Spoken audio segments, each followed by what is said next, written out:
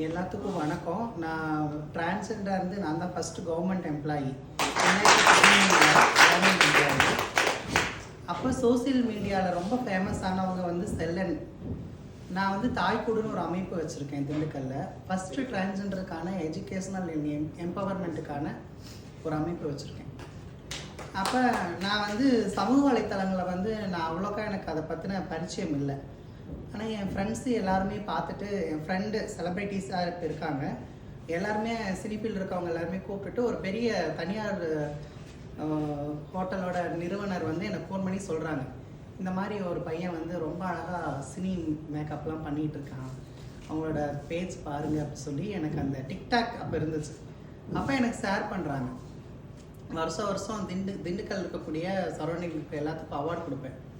அப்போ டிக்டாக் பார்த்துட்டு நான் செல்லனுக்கு நான் அப்பயே 2020க்கு முன்னாடியே பிஃபோர் கோவிட் நான் ஃபோன் பண்ணி உங்களுக்கு நான் இந்த மாதிரி ஒரு அவார்டுக்கு ஹானர் பண்ணணும், உங்களோட சர்வீஸ் எப்படி இருக்குது அப்படின்னு சொல்லி சொன்னேன்.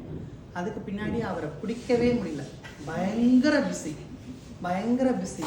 உண்மையிலே ரியலி சொல்கிறேன், வாய் புளிச்சதோ மாங்காய் புளிச்சதோன்னு பேசிட்டு போகிற பிறவி நாங்கள் கிடையாது. ஏன்னா இந்த பிறவியில் ஒரு ஜென்யூனாக வாழ்ந்து ஒரு சொசைட்டியில் நிற்கணுங்கிறது ஒரு சாதாரண விஷயம் கிடையாது.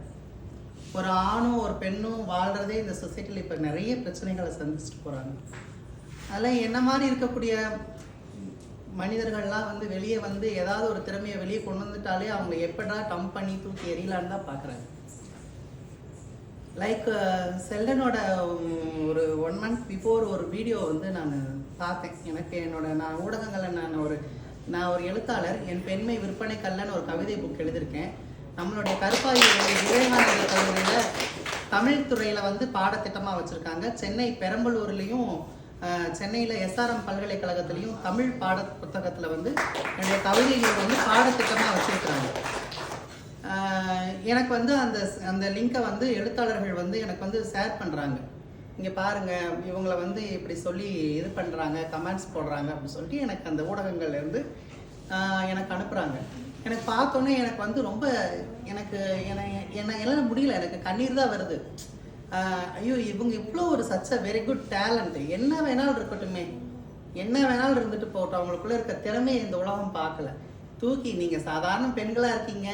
செல்டன் நேற்று என்கிட்ட பேசுகிறப்ப சொல்கிறாங்க, ஆண்டி நான் இங்கே வர்றது கூட நிறைய பேருக்கு பிடிக்கல ஆண்டி, எப்படியாவது இந்த இதை வந்து இது பண்ணணும், ட்ராப் அவுட் பண்ணணும்னு சொல்லி நினைக்கிறாங்கன்னு சொல்கிறப்ப நான் நினச்சேன், ஒருத்தவங்க இந்த மாதிரி நின்று ஸ்ட்ராங்காக நின்று அந்த இன்டர்வியூவில் அவங்க சொல்லியிருப்பாங்க, என்னோட அம்மாக்காக எங்கள் அம்மாக்கு கிட்ட வந்து நான் சொன்ன அந்த வாக்கு உறுதியை வந்து நான் காப்பாற்றுறேன் அப்படின்னு சொல்லி சொன்னாங்க.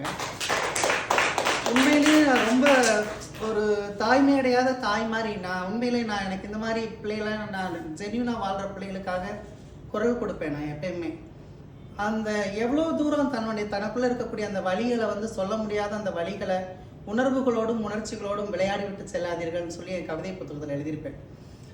அந்த வரி எனக்கு ரொம்ப ரொம்ப ஊண்டிங்காக இருந்துச்சு. நேற்று செல்டன் என்னை ஹார்ஸாக பேச்சு முந்தா நாள் வரப்ப. ஏன்னா அதோட ஒர்க்லோடு அப்படி கண்டினியூஸாக ஃபோன் கால் இருக்கும். ஒரு ஈவெண்ட் நடத்தினா எவ்வளோ ப்ரெஷர் இருக்கும்னு எனக்கு தெரியும். ஏன்னா நான் ஒரு திருநங்கையாக இருந்து ஒரு நிகழ்ச்சி நடத்துறதுக்குள்ளே எனக்கு அவ்வளோ ஏன்னா மற்ற பெண்கள் மற்ற எல்லா பக்கத்துலேருந்து எனக்கு பயங்கர ப்ரெஷர்ஸ் வரும்.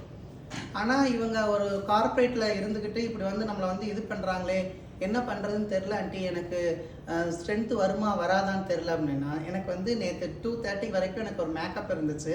உங்ககிட்ட சொல்கிறதுக்கு என்ன, நான் ஒரு 2 hours தான் தூங்கினேன். நேற்று என்னுடைய பனிப்பெண்ணும் என் கூட துணைக்கு இல்லை. நேற்று நான் அப்புறம் காலம்பரை வேகமாக எழுந்திரிச்சு லேட் ஆயிடுமோன்னு சொல்லி வந்தேன். நான் ஏன் வந்தேன்னா செல்லனுக்காக மட்டும்தான் வந்தேன். ஏன்னா அந்த உண்மையான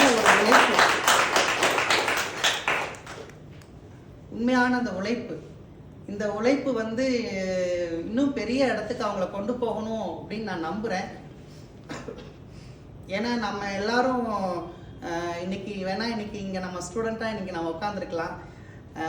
அன்னைக்கு ஒரு நாள் அந்த குரல் என் காக்க ஒழிச்சிச்சு, செல்லனோட குரல். அன்னைக்கு ஒரு நாள், ஆண்டி என்னை இந்த மாதிரி பேசுகிறாங்க ஆண்டி, என்னை இந்த மாதிரி ஒரு வார்த்தையால் என்னை பேசிட்டாங்க ஆண்டின்னு சொல்கிறப்ப எனக்கு ரொம்ப ஊண்டிங்காக இருந்துச்சு. அதே வார்த்தையை தான் 10 வருஷத்துக்கு முன்னாடி எனக்கு கேட்டுச்சு அந்த ஒலி, அதே வார்த்தை தான். ஆனால் இத்தனை வார்த்தைகளும் இத்தனை மொழிகளும் இந்த சமூகத்துக்கிட்ட நாங்கள் திருப்பி இந்த சமூகத்தை பார்த்து இத்தனை அடைமொழிகளை எங்கள் மீது திணிக்கிறதுக்கு உங்களுக்கு எந்த பல்கலைக்கழகம் அங்கீகாரம் கொடுத்துச்சோ தெரியல. நாங்கள் திருப்பி இந்த சமூகத்தை பார்த்து கேள்வி கேட்டோன்னா இந்த சமூகம் எங்கே போய் முகத்தை வச்சுக்கோன்னு எங்களுக்கு தெரியலை. நான் இன்னைக்கு எனக்கு வரவே முடியல, என்னால் கம்ஃபர்ட் ஜோனாகவே இல்லவே இல்லை. ஆனால் இன்னைக்கு நான் வரணும், செல்டனை பார்க்கணும். ஏன்னா செல்டனை இப்போ தான் ஃபஸ்ட் டைம் நான் பார்க்குறேன். நிறைய ஃபோனில் நாங்கள் பேசியிருக்கோம், நிறைய இதில் நான் பார்த்துருக்குறேன். ஆனால் இன்றைக்கி தான் நேரில் பார்க்குறேன். சொல்லுவாங்கள்ல, ஒரு பழமொழி இருக்கும்ல, எல்லாத்துக்கும் உங்களுக்கெல்லாம் தெரியுமான்னு தெரியல, எங்களுக்கு தாயோட பாசம் அன்பு உங்களுக்கெல்லாம் எப்படி இருக்கும் என்னன்னு உங்களுக்கு தெரியும். ஆனால் அந்த அன்புக்காக ஏங்குற ஒரு பெரிய ஜீவவாசிகள் நாங்கள் தான். ஆனால் இன்னைக்கு ஒரு சினிமா துறையிலும் சரி, எல்லா இடத்துலையும் இன்னைக்கு போய் செல்டன் மேடையில் நின்று நேற்று ஒரு போஸ்ட் போட்டிருக்கப்ப என் ஃப்ரெண்ட்ஸ் எல்லாம் பார்த்துட்டு சொன்னாங்க இல்லையா, மின்ட்ராவில் கூட என்னோட ட்ரெஸ்லாம் எடுத்தேன் அப்படின்னு. நான் யோசிச்சுட்டு இருந்தேன். ஃப்ரெண்ட்ஸ் எல்லாருமே, பெரிய பெரிய ஃப்ரெண்ட்ஸ் எல்லாருமே சொல்கிறாங்க, இன்னைக்கு பாருங்களேன், அது எவ்வளோ விமர்சனங்கள் வந்தாலும் பரவாயில்ல, ஆனால் அங்கே மேடையில் போய் நின்று இது பண்ணிட்டு வர்றான்னு பாருங்க. கார்த்திகே என்னோட காலேஜ் ஜூனியர், தொடர்வோம் கார்த்திக், இந்திரஜாவோட வீட்டுக்காரர் இருக்கார்ல, என்னோட ஜூனியர். இந்த மாதிரி மேக்கப் பண்ணுறப்ப எனக்கு ரொம்ப பெருமையாக இருந்துச்சு. ஐயோ பிள்ளை பாரு, இந்த வளர்ச்சி, இதுதான் வளர்ச்சி. நீ என்ன வேணாலும் விமர்சனம் பண்ணிட்டு போ, விமர்சனம் பண்ணுறவன் கீழே தான் இருக்கிறான், ஆனால் விமர்சிக்கப்பட்டவன் வளர்ந்து வந்துக்கிட்டே இருக்கிறான். அதுதான் இன்னைக்கு